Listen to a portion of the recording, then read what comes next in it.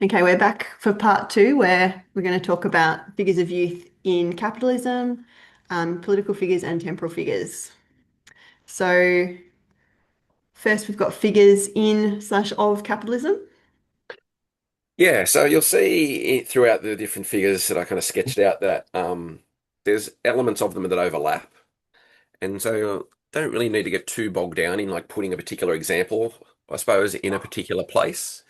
They're just kind of lenses to think through. And the images here, I think, are good places to start. You got the typical kind of hot, sexy young girl. That's figure is used to sell stuff pretty much, in any page you ever look at of anything these days, I suppose.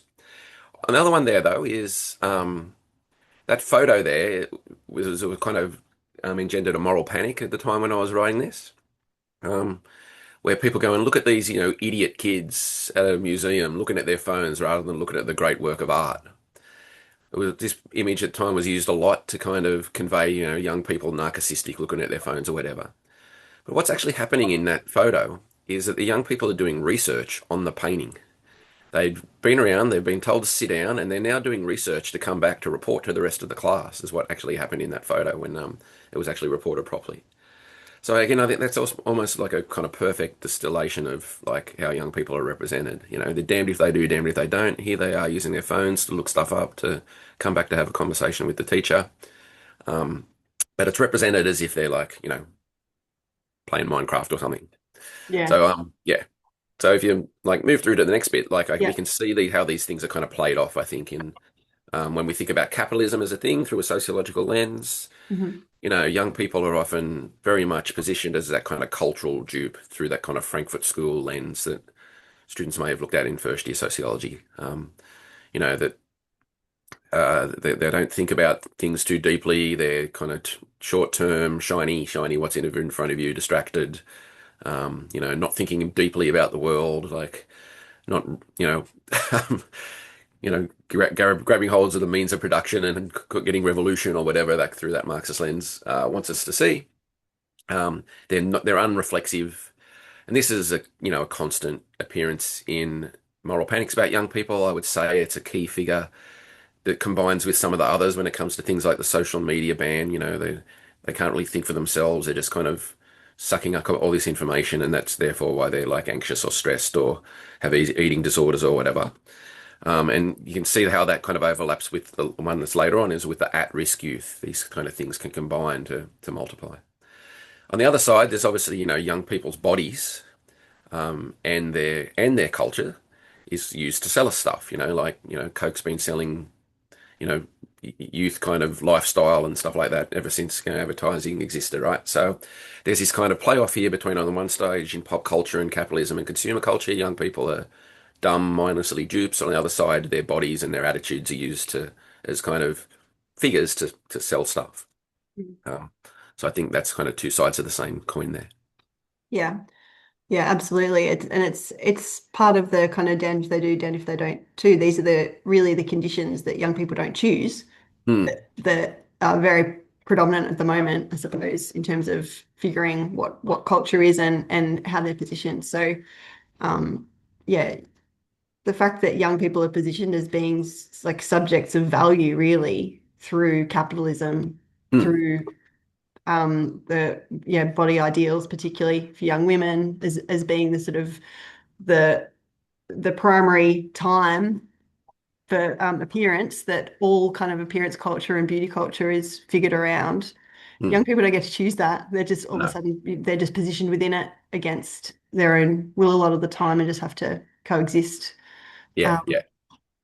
Yeah. And your work's kind of shown that a lot. Yeah. So that's right. Yeah. Yeah. yeah. So and then political figures. Yeah. So on the one hand, young people are constantly positioned as the problem in the world. They need to be fixed. They're dangerous. They're risky. They're criminals. All this kind of stuff, and it tends to be the positioning of them on the one hand. But on the Mm. other hand, they're often seen as dangerous too if they are doing political work, Mm. if they are protesting, if they are getting out on the streets and trying to change the world. So they're kind of seen as apathetically dangerous on the one side, but like when they are getting out and doing stuff, particularly if it's progressive stuff, they're kind of told, why aren't you at school? You should be kind of worrying about your grades and getting a job and all that kind of stuff. So if you flick through to the next slide, um, those aspects, I think, are important to draw out here. On one hand, there's just constant moral panics, as we've kind of talked about already, in terms of young people's deviance and their lifestyle choices and all this kind of stuff. There's also through a lens, but it's slightly different. It's the threats to young people, often through that kind of Mrs. Lovejoy, will somebody think of the children kind of way. But then on the other side of things, they're often positioned as these dangerous revolutionary political figures. And it's a bit of a weird mix that because Yeah. certainly young people tend to be more progressive when they're younger, and you get kind of, very generally here, people tend to get more conservative as they get older. Young people are involved in all kinds of different politics. They're often told that the way they do politics is wrong. And like back in my generation, it was better and this kind of stuff. So there's a weird mix between the two going on there as well. Um, but it does seem to obfuscate what social movements are. Like, often it is adults leading social movements as well. It's not necessarily driven by young people. So again, it's like I remember back in the late, like early 2000s, there was hundreds of thousands of people crossing the Harbour Bridge for reconciliation, and like school kids then were kind of told that they shouldn't be at that, all the kind of public stuff that happens about protests since often seems to be done through this moral panicky lens about like young people doing the wrong thing and like why are you out there protesting Mm. Gaza? It's got nothing to do with you. And like so Mm. this again this real mix between this kind of idealistic version of them and the naivety that kind of comes Mm. back and forth. It is a really interesting balance and dynamic. I think the school strike for climate was another really interesting way that you can really see the figure of youth being Mm. alive, really, through the Yeah. reporting on that, like of children skipping school to do this, like primary school Mm. children. So I think it is kind of because that young people are figured as having so much capacity for change and for getting involved because they are a very large group, but that's why they're a really valuable consumer cohort too. They're a Mm. huge market value from a capitalist point of view, and they're also a really large proportion demographically. So they kind of maybe because they are obviously powerful if they all get together. Mm. Governments are always a bit wary of large groups who share common struggles or common goals. So Yeah. maybe it's interesting to think about young people in that way.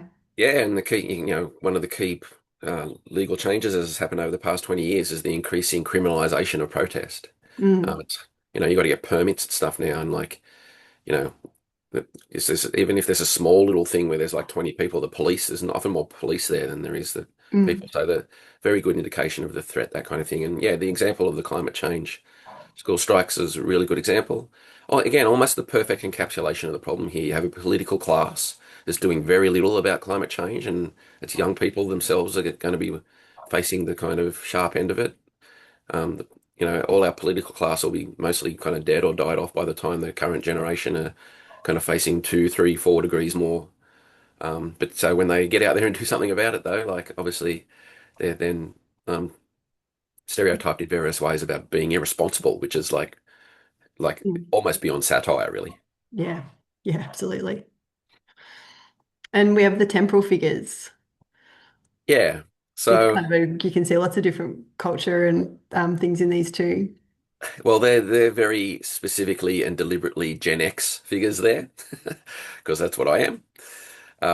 And so the temporal thing about young people is, yeah, they kind of represent time in, again, conflicting ways, depending how you think about it. So again, relating to that kind of revolutionary political stuff, Yeah. young people are constantly positioned as the future.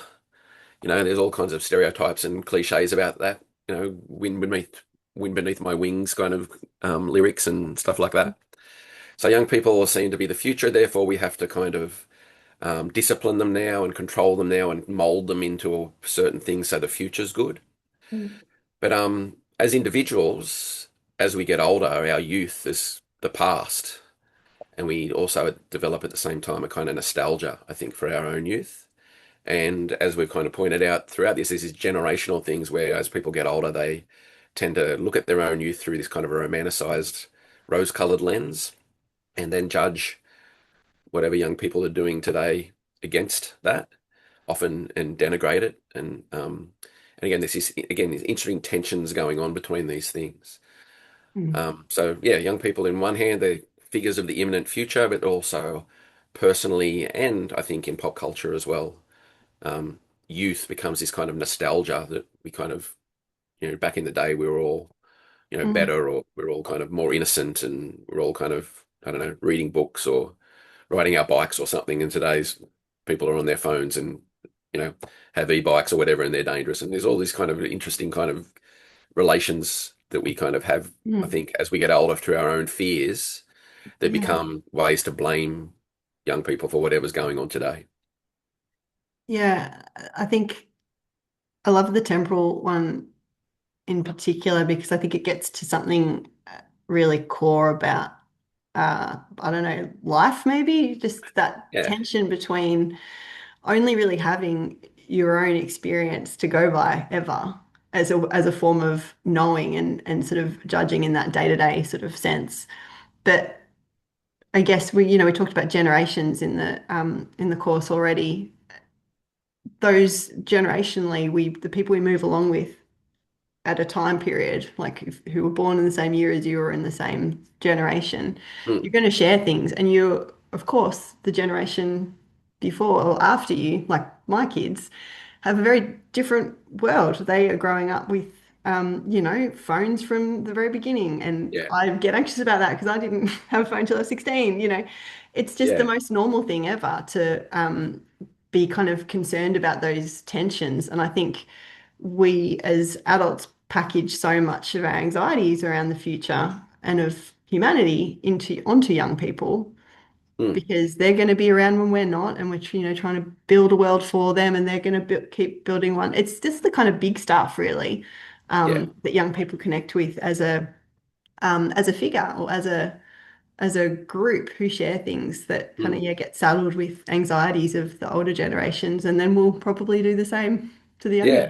So generations if you go themselves. back a slide, like Mm, there's the photo of the Palais there, which is mm, uh, a place that I went and saw lots of bands in my teens and early 20s. It's now where the world's biggest KFC is, right? So in Hunter Street. And so like, every time I walk past there, I kind of feel something about that area in mm, a way that someone that's say 20 now won't, right? So that's a very, very obvious kind of banal relationship to the past and the present or whatever. mm, But I think, the elements of those little things and then larger relations to popular culture and then how that relates to politics. Yeah, it causes these kind of weirdly recursive tensions that have seemed to happen for generations, if not millennia.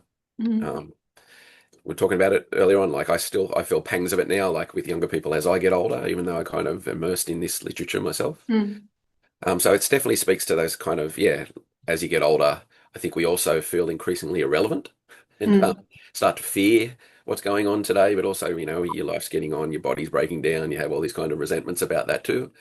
And so, like, all these things kind of manifest, I think, in the way that older people tend to then become quite judgmental and scapegoating towards the young.